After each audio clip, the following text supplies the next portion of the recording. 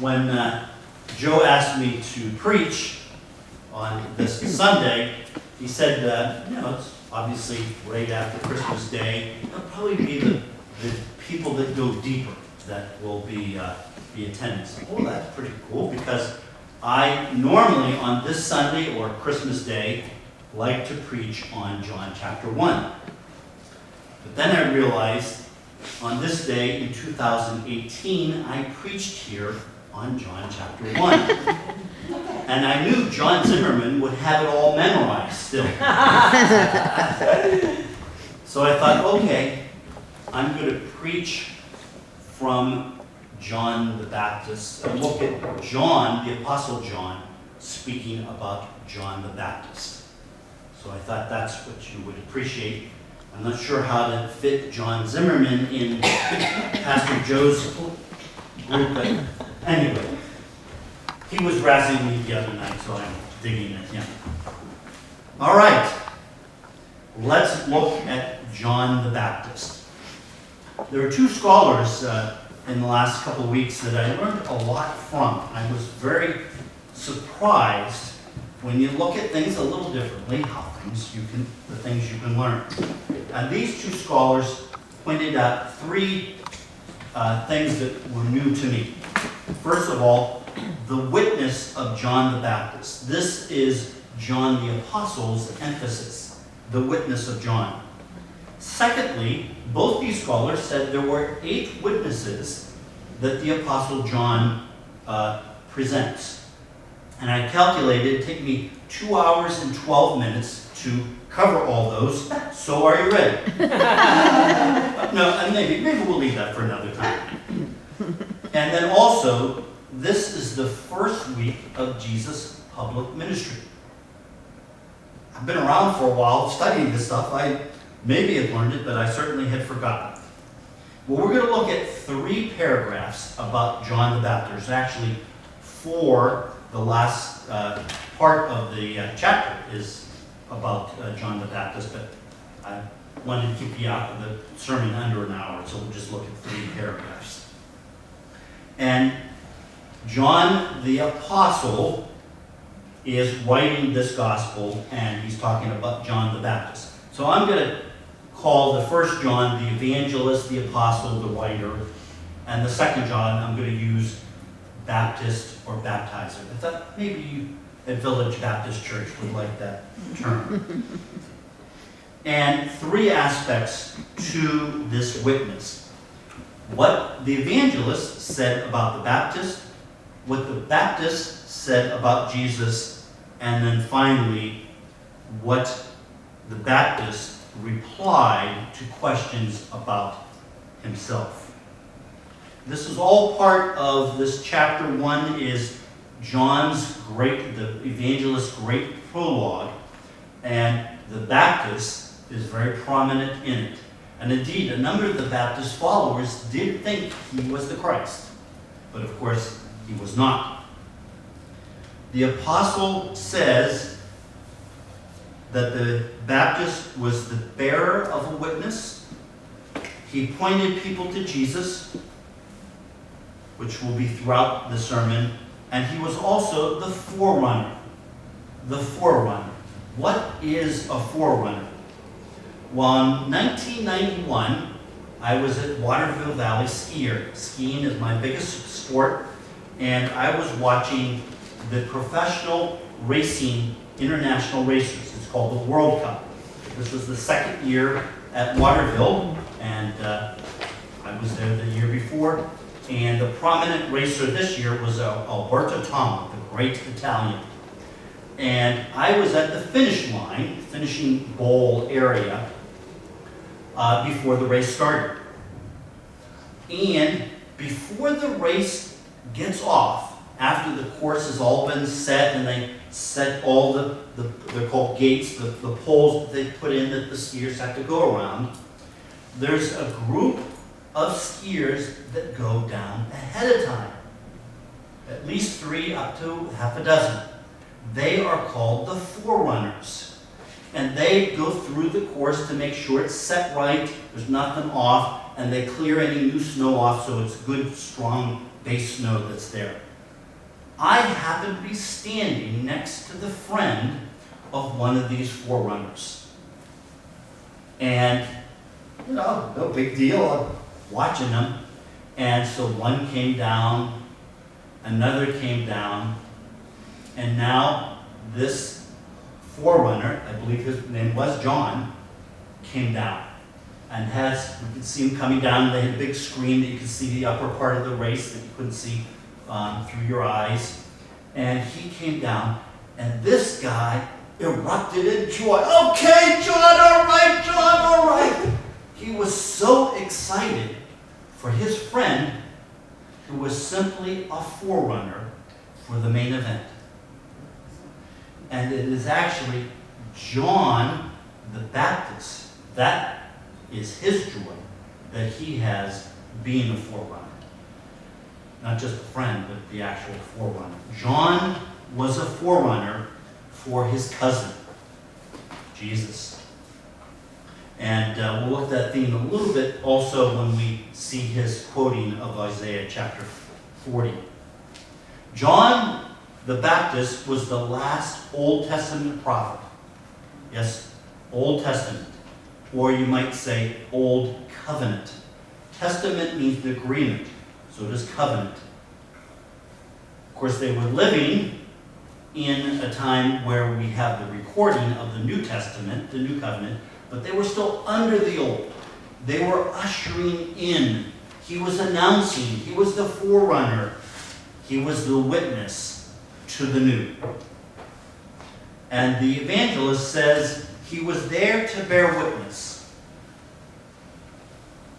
to the light of Jesus. This is what he says in verse 8. And I'm going to have to go between glasses for reading, but I don't need them for my notes. He himself was not the light. He came only as a witness to the light. And here the evangelist is pointing out that the Baptist was a witness. I remember a pastor friend was recalling a time when one of his church members didn't quite hear, it was a boy that didn't quite hear the reading quite right, and he said, John the Baptist was not polite. No, he wasn't polite actually. He wouldn't have been a good Episcopalian. He was a witness. Anybody here think of themselves as a witness to Jesus Christ? I hope so. Do you know what the Greek word for witness is? Martyrion. Do you know what word in English we get from that? Martyr. No, you're still a witness. But that actually just simply shows how influential Christianity has been on the English language. That you only think of martyr as a particular type of person, the ultimate witness. But it's just a plain Greek word for witness. John the Baptist was a witness. These two scholars that I read pointed out that the synoptics, the other three gospels, emphasized the preaching of repentance and the performing of baptism. But the fourth gospel emphasizes the witness of the Baptist. But what is the purpose of a witness? To tell the truth. That's in my notes. Did you see that? Legally, to give evidence, to give reliability, to establish the truth. Have you ever been a witness in a legal setting? I have been twice, not actually in a court of law, but close to it. Unfortunately, it was for the same subject, child abuse. In my first church, I charged a member with child abuse, took the word to the Department of Family Services. And in my last church in Connecticut, we were sued, we and the Diocese of Connecticut were sued for sexual misconduct of the pastor in 1979. A long time ago. That was the first year I was ordained, actually. Didn't go any further than just meeting with the attorney, but I was formally deposed, had to give legal airing, and I was careful to tell the truth. John was telling the truth. He was a witness to the light. A light exposes wrong, it exposes Satan's work, in this case, and it reveals the truth, and in this case, God's glorious work. Secondly, the Baptist, what did he say about Jesus? And I'll read verses 15 to 18, I'll read verse 15. John testifies concerning him. He cries out saying, "This was he of whom I said, he who comes after me surpasses me, because he was before me." Now, he is talking about the incarnation. And how do you explain the incarnation? Well, that's actually a typical sermon based on John chapter 1. I'm not going to go through all that.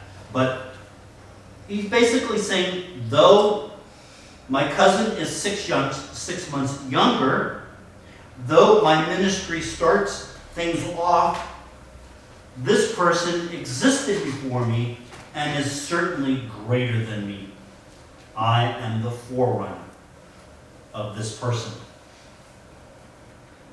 And then the evangelist has this curious phrase, receiving or giving grace upon grace.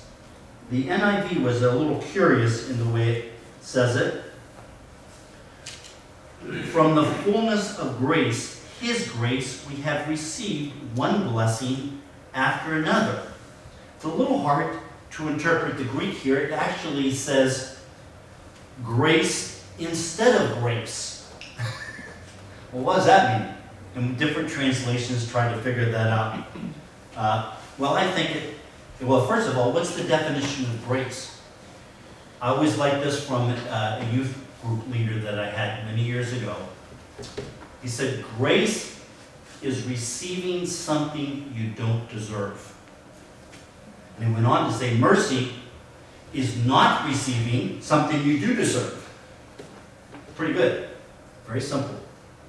God's grace and Jesus' grace cannot be exhausted. The grace reservoir cannot be dried up. That's a key concept for Christmas. Christmas is a key event in salvation history. God's sharing and giving of grace. The law was given through Moses, grace and truth through Jesus Christ. Now, if you wanted to tell a friend about someone else who is very important, you might compare them to someone. Well, they're like the President of the United States. Well, they're like the Pope. Or they're like Archbishop Desmond Tutu. He was a great Anglican Episcopalian. He died last night. Or he's like Pastor Joe. You try to get the person to understand through comparison. Well, if you're going to tell a Jew in the first century about this guy that's coming, let's look at Moses. Moses was the lawgiver. What was the law? Technically, the law was the first 5 books of the Bible, our Bible, their Bible, the Pentateuch. But sometimes it would morph into the whole Bible, our Old Testament that they had. And the Baptist is comparing and contrasting. You think Moses is good? Jesus is much better. He's comparing and contrasting the old and the new, Judaism and Christianity. The law is good, but Jesus, the grace and truth that Jesus brings, is even better. Jesus Christ is better than Moses. Well, how was this received? There was a mixed reception. Some received it with open hearts, but had religious baggage, cultural baggage, even ethnic baggage. These were the disciples. I remember a parishioner, when I was just correcting something that wasn't quite right in the service, and when Robbins raised his hand and said, "But Pastor, we've never done it that way." It wasn't that he was totally opposed to it, but he was used to something else. John the Baptist, and Jesus especially, had to unlearn a bunch of stuff that the disciples, the people of the day, had baggage about God's ways. Jesus took 3 years to do that. And then there were those that rejected the message, the witness. They had closed hearts. They clung to the religious, cultural, and ethnic baggage. Those were the religious leaders.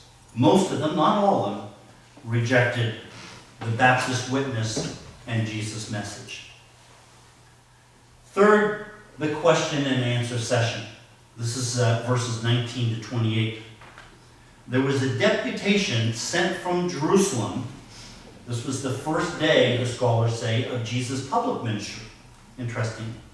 And they had an oral exam for the Baptists. You ever been through a big oral exam?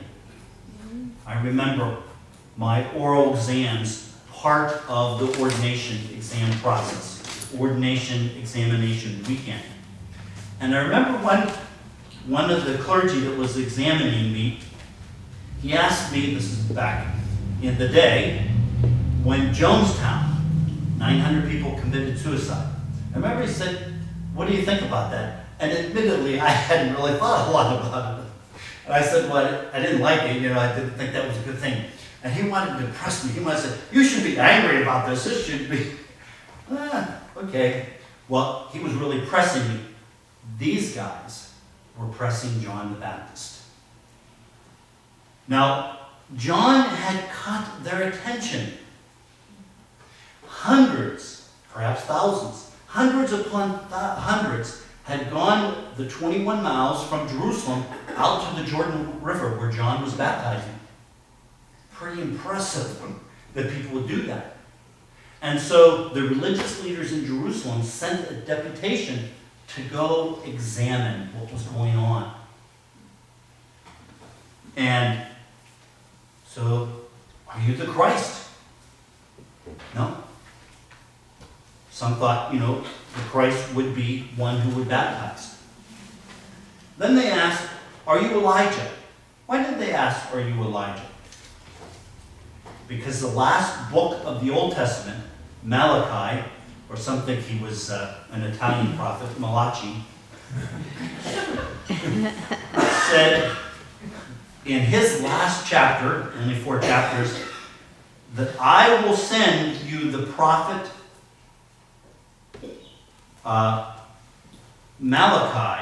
the prophet Elijah before you, before the great and dreadful day of the Lord. So there were those that would interpret that, in good sense, that Elijah would come back from he didn't actually die, he would come back from heaven, and would be the forerunner of Jesus. Well, pretty close. Jews to this day, when they have the Seder meal, they have an empty chair. Who's the empty chair for? Elijah. So that understanding still exists. And John actually performed the ministry of Elijah, being the forerunner of the Christ, the Messiah.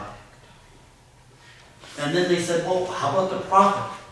The prophet means the prophet Moses spoke of in Deuteronomy 18, that God would send a prophet like me. Are you that guy? No, I'm not that guy. Well, come on. You're doing all this stuff. You're baptizing people? This is kind of odd. You're baptizing Jews, supposed to be converts to Judaism that do this. But he was preparing the people. He was the forerunner. He was the witness for the Messiah. So they finally, in exasperation, say, "Who are you then? Give an answer so we can go back and tell those that sent us." And in verse 23, John replied in the words of Isaiah the prophet, "I am the voice of one calling in the desert, make straight the way of the Lord." You ever wonder why that's a famous verse? You wonder why? Make straight the way in the desert. Well, when a dignitary would be coming, especially the king of the empire, and that he was coming to a local district, they would actually do road work. They would fix the roads, crooked up and down, all this. They'd try to make it an easier way for the king. Road work. Remember years ago, outside my hometown of Pittsburgh, the Pennsylvania Department of Transportation painting crew came on a Tuesday and painted nice painted lines on Route 30. And then on Thursday, the paving crew came. They got something wrong there. Well, we can get things wrong a little bit. But John's point is, prepare your heart. Prepare your heart for the Lord. Just like the people would prepare the way for the king. Then my final quotation, the Baptist said, "I baptize with water, but among you stands one you do not know. He is the one who comes after me, the thong of whose sandals I am not worthy to untie." That's the guy. Pointing to Jesus. That's John's witness. How do you point others to Jesus? John had a very unique way. And throughout history, Christians have tried to figure out ways to point people to Jesus. Chuck Swindoll tells this story on himself. Before he was a pastor, he was in a business, and he was witnessing to a fellow employee. And this was over months' time. And finally, the other employee said, "You have convinced me of the truth. What you say, I agree, is true about Jesus.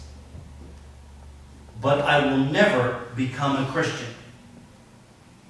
And Chuck thought to himself, "This guy's a fool. I've convinced you, but you wouldn't become a Christian?" And then the guy finished, "Because I can't stand you." Chuck's witness turned someone off, actually. He tells that on himself. Pretty humble of him to do that. I remember back in my college days, I was with a group that did cold evangelism. We'd take gospel tracts and just walk up to strangers and share this with them. And the group had a phrase, "You don't have to know a person to share the gospel with them." And yeah, that's true. But as I was getting into a leadership position, it's not exactly, I'm not sure. And I moved into young life leadership. I had experience in high school, and young life has a cliche, winning the right to be heard. That in the context of friendships and doing things together, you share the gospel with people. And I've been with Young Life in various capacities for many decades since. And actually, John and Betty, when John was razzing me, we were at a group of Young Life committee people hearing a presentation about a new group that might come to town called Fellowship of Christian Athletes, who have a very similar style to Young Life. Witnessing to Jesus, both in word and deed. There's that song, Go Tell It on the Mountain. I would suggest that we must tell it and live it, but not just on the mountain, but at home, at work, at school, with that neighbor you don't like, and that neighbor doesn't like you. That others may also receive the good news of Jesus. That others might see that baby lying in the manger and say, that's for me. I want that person, that God, to be my Lord and my Savior. That they would become a child of God. May God bless us as we seek to be His faithful witnesses in word and deed. Merry Christmas.